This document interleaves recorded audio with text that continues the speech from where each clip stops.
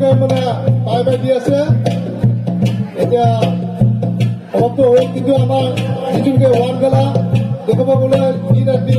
দেখাবলৈ শেষ নহয় আমাৰ ওৱান গেলা যিটো নেকি আগতে পূৰ্বপূৰ্বত নিয়ম আছিল 7 দিন বা একমাহ পালন কৰা হৈছে 10 মাহ গৰম